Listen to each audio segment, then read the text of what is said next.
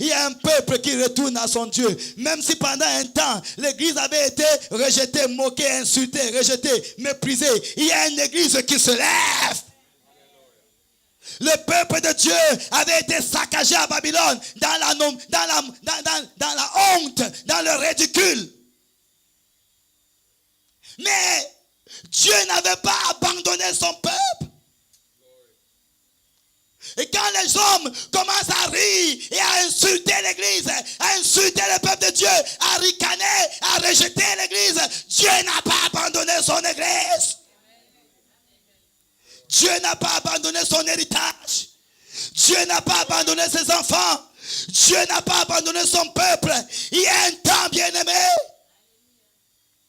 Et nous sommes à un temps où Dieu est en train de rassembler son peuple.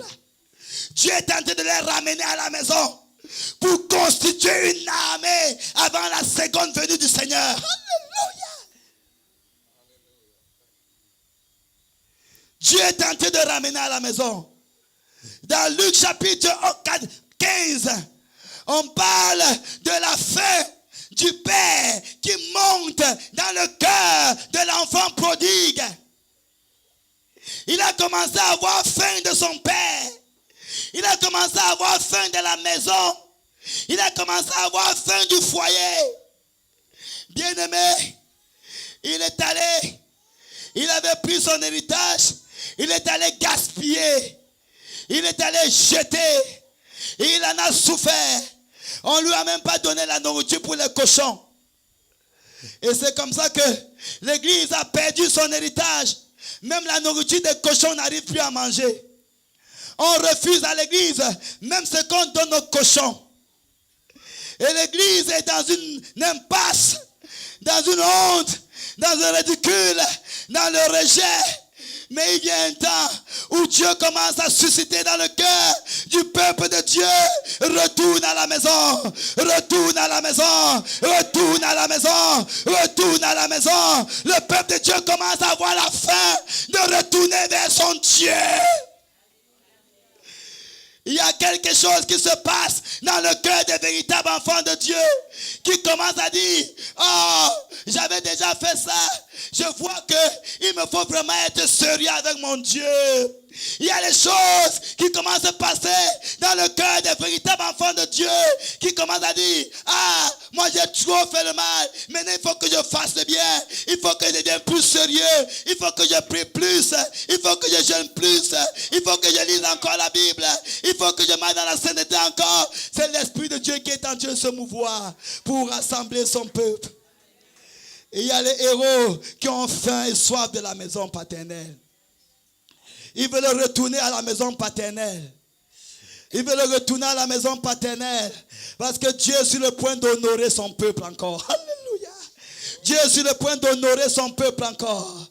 Et cet enfant prodigue est retourné, bien-aimé. Et quand il est retourné pour être esclave, Dieu dit non, non, non, non, non, non, non, non, non. Ta place, c'est la place d'honneur. Alléluia. Dieu est sur le point d'honorer son peuple encore. C'est ce qui se passe là. Dieu établit l'empire médo-perse pour rassembler son peuple à lui. Bien que ce peuple avait été rejeté dans le passé. L'empire médo-perse était un empire que Dieu a établi pour ramener son peuple. Après Nebuchadnezzar, c'était l'empire médo-perse. Dans l'empire médo-perse, les rois qui ont régné dans l'empire médo-perse, c'était les rois Cyrus, Artaxerxès, Darius. Et le peuple de Dieu est retourné.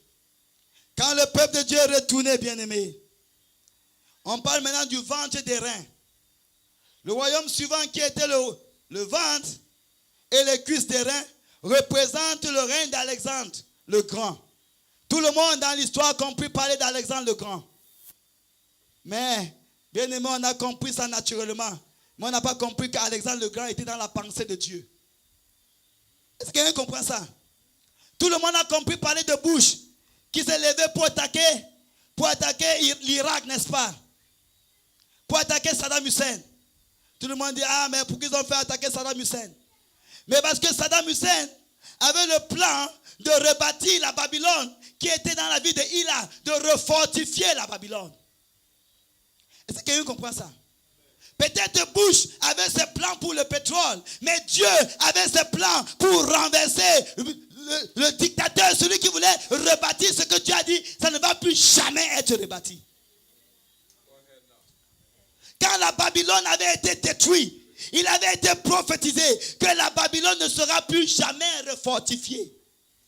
Et souvenez-vous, concernant Jéricho, lorsque les enfants d'Israël sont sortis de l'Égypte, la première ville était Jéricho. Ils ont combattu dans Jéricho. Et Josué a déclaré que celui qui va se lever pour refortifier Jéricho va poser la fondation avec son premier fils et va élever les murs avec son dernier. Jéricho avait été reconstruit physiquement. Mais il y a un autre roi, 500 ans après, qui se levait pour refortifier Jéricho dans le domaine mystique. Et c'est comme ça qu'il a posé les fondements avec son premier fils et les murs avec son dernier. Est-ce que quelqu'un comprend ça? Parce que la parole avait été déclarée. Cette parole restait suspendue pendant 500 ans avant de s'accomplir. Est-ce que quelqu'un comprend ça?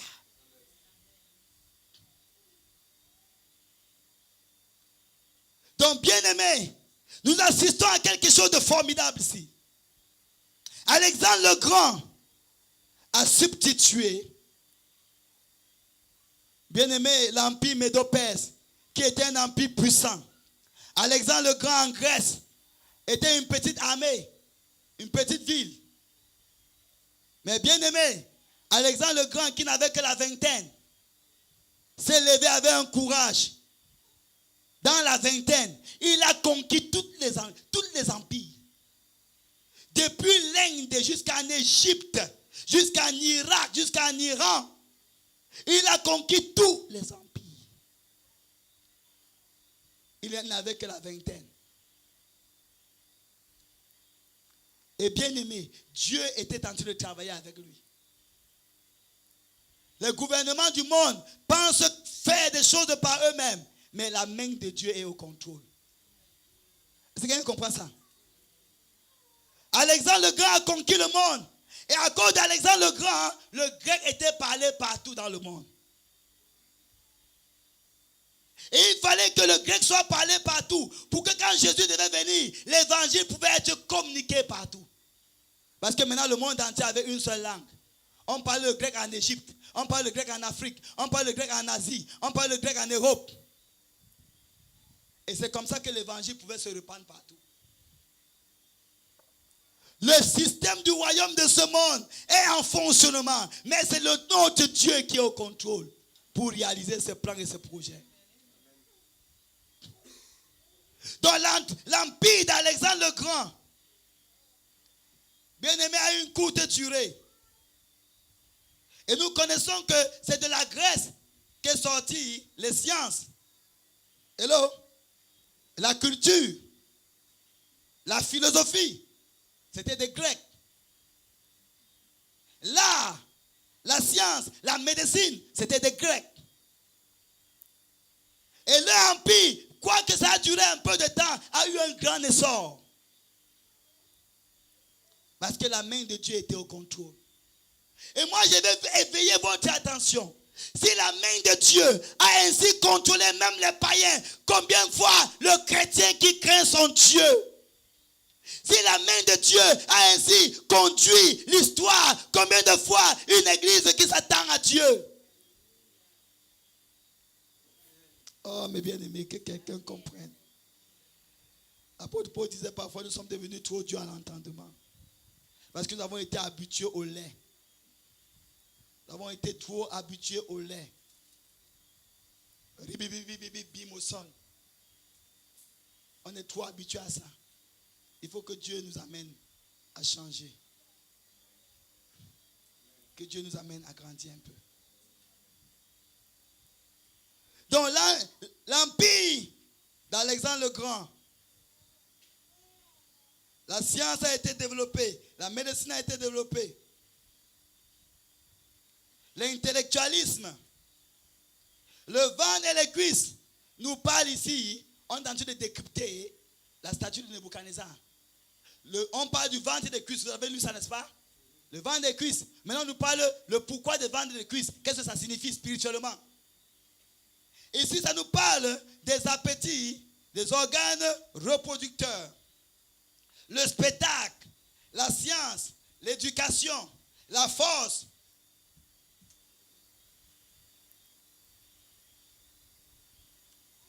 Et la puissance d'Alexandre le Grand était influencée par l'épée, par des guerres et sa politique d'organisation. Alexandre le Grand, il est mort à 32 ans. Mais il a établi l'empire dans tout le monde. Et à cause de lui, par lui, le grec était parlé dans tout le monde entier. Quand Alexandre le Grand il est mort, il y a eu 4 de ces généraux qui ont divisé le royaume. 4 de ces généraux qui ont divisé le royaume. Il y avait un de ces généraux qui s'appelait Ptolémée, qui a pris le royaume de Jérusalem 200 ans avant Jésus-Christ. Il est venu à Jérusalem, il a commencé à sacrifier le porc sur le lieu saint. C'est pourquoi il y a des doctrines qui disent que l'Antichrist avait déjà été là avant. Parce que Ptolémée a agi exactement comme l'Antichrist agirait. Sacrifier le porc dans le lieu saint, détruire le lieu saint et établir des sacrifices humains dans le temple. Donc, à 200 ans avant que Jésus ne vienne, il y avait un réplica de l'Antichrist. Vous voyez que l'ennemi précède toujours ce que Dieu veut faire. Est-ce que quelqu'un comprend ça? Tout ce dont nous parlons là sont des choses que nous vivons. Mais pour que nous comprenions qu'est-ce que nous vivons, il nous faut retourner dans l'histoire. Est-ce que nous sommes ensemble?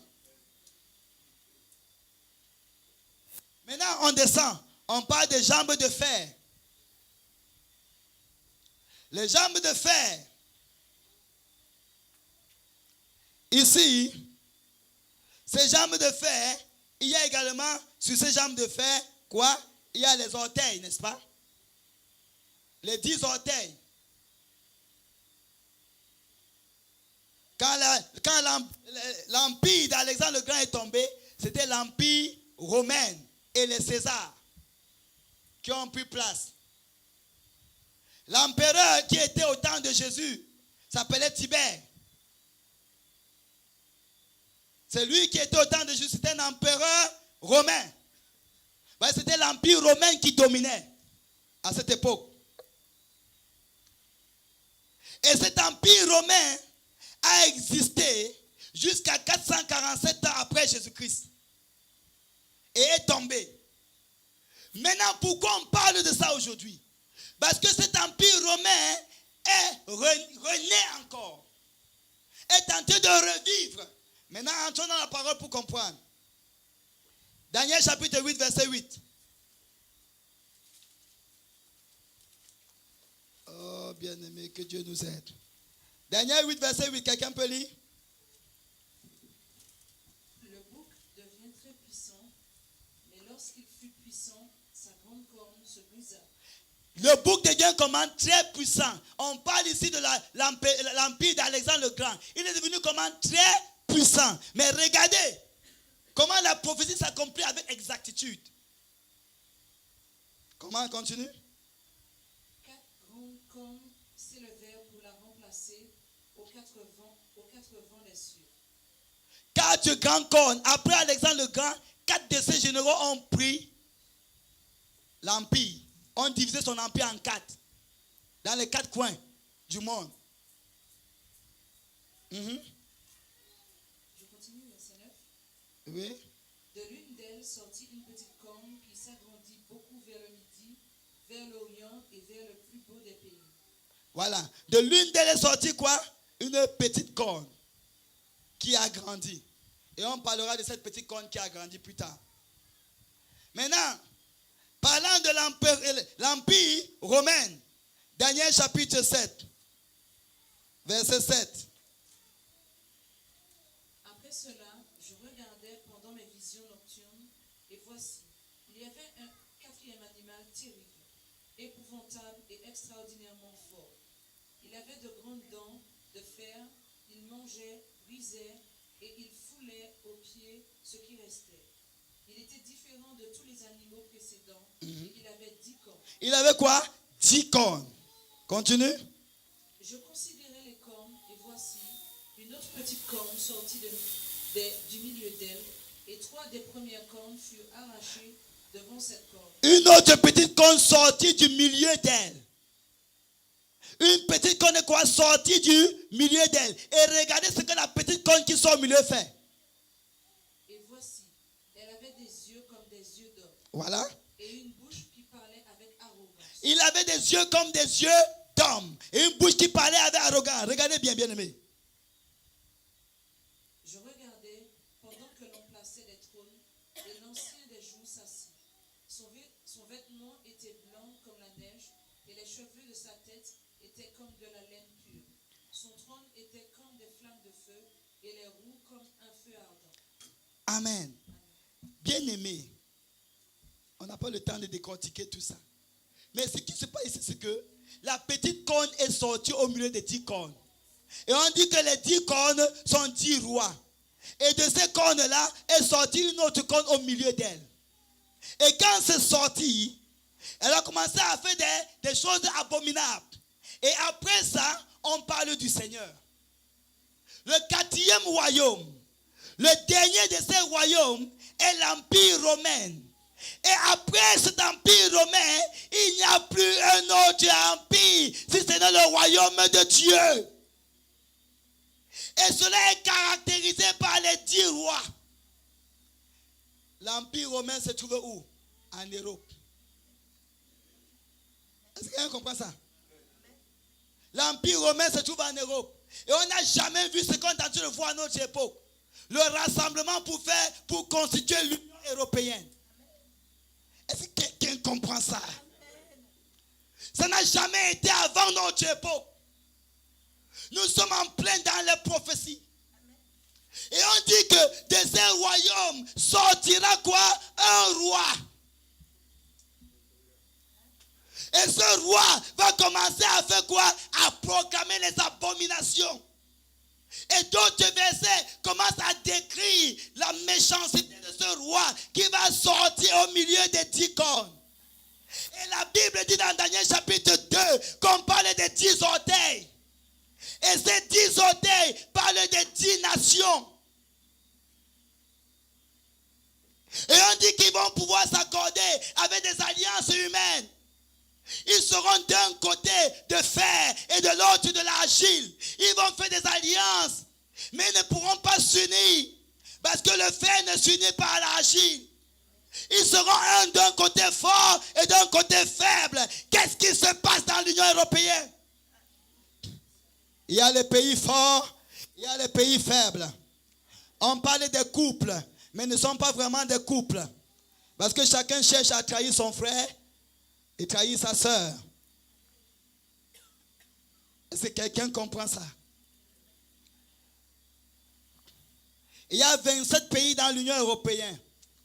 Mais il y a combien de pays vraiment en acteur? Hello? Il y a combien de pays vraiment qui sont en action? Et on dit de ces pays-là, qui sont vraiment en action, sortira une autre nation. Il va commencer à libérer des abominations. Oh, qui est une église avertie. Il va commencer à libérer des abominations.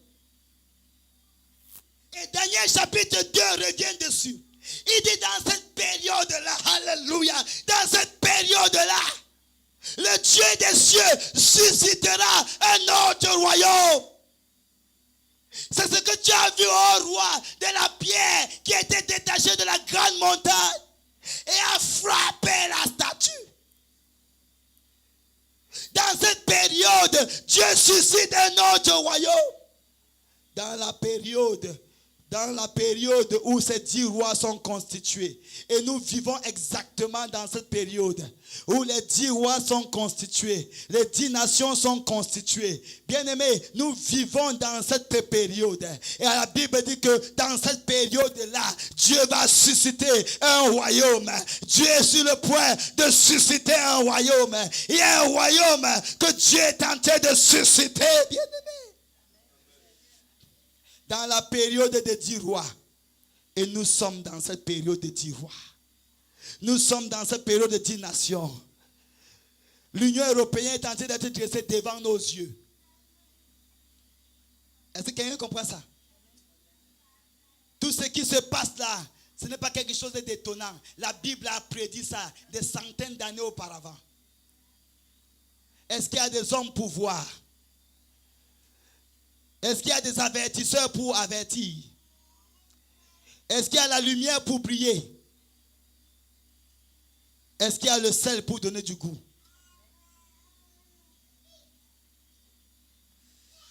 Ah, mes bien-aimés, il y a quelque chose qui se passe. Le système du royaume de ce monde est en pleine action. Et ceci se passe devant nos yeux. Devant nos yeux.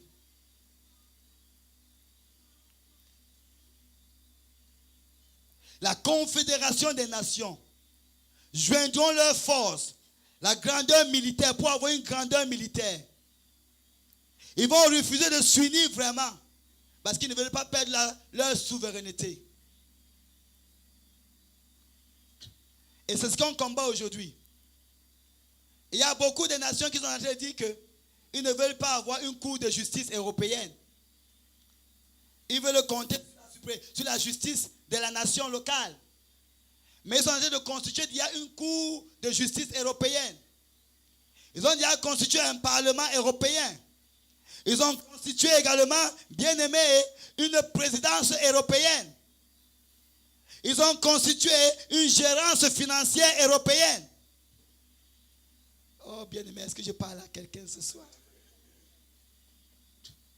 Et on dit que quand ces choses, la même manière que Jésus lui-même a dit, lorsque vous verrez l'olivier commencer à prendre des fleurs, sachez que votre rédemption est proche. On dit dans cette période-là, quand vous commencez à voir ces choses se constituer devant vos yeux, la montée de l'Antichrist est proche. C'est l'Antichrist qui va proférer des abominations. Et après ça, on nous parle directement du Seigneur qui est assis. Et les livres sont ouverts. Après l'Union européenne, il n'y a plus d'autres empires, bien-aimés. C'est l'empire romain révisé qui revient en force.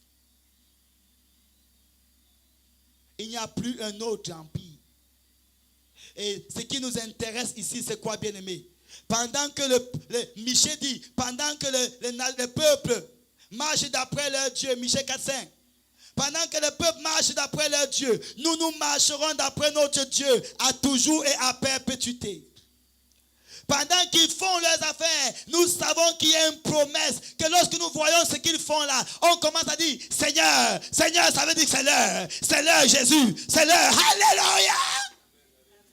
Pendant que nous voyons comment ces choses sont en train de constituer, c'est à nous maintenant de revenir à la maison et de dire, Seigneur, c'est l'heure, Seigneur, c'est l'heure. Ils ont commencé dehors là, c'est notre heure, alléluia, c'est notre heure. Ils ont commencé à faire ce que tu avais dit il y a 2000 ans. Maintenant, Seigneur, c'est notre heure. Ils ont commencé à faire ce que tu avais dit par la bouche de ton serviteur Daniel. Maintenant, Seigneur, c'est notre heure. Ils ont commencé à faire ce que tu avais dit par la bouche de tes serviteurs les prophètes.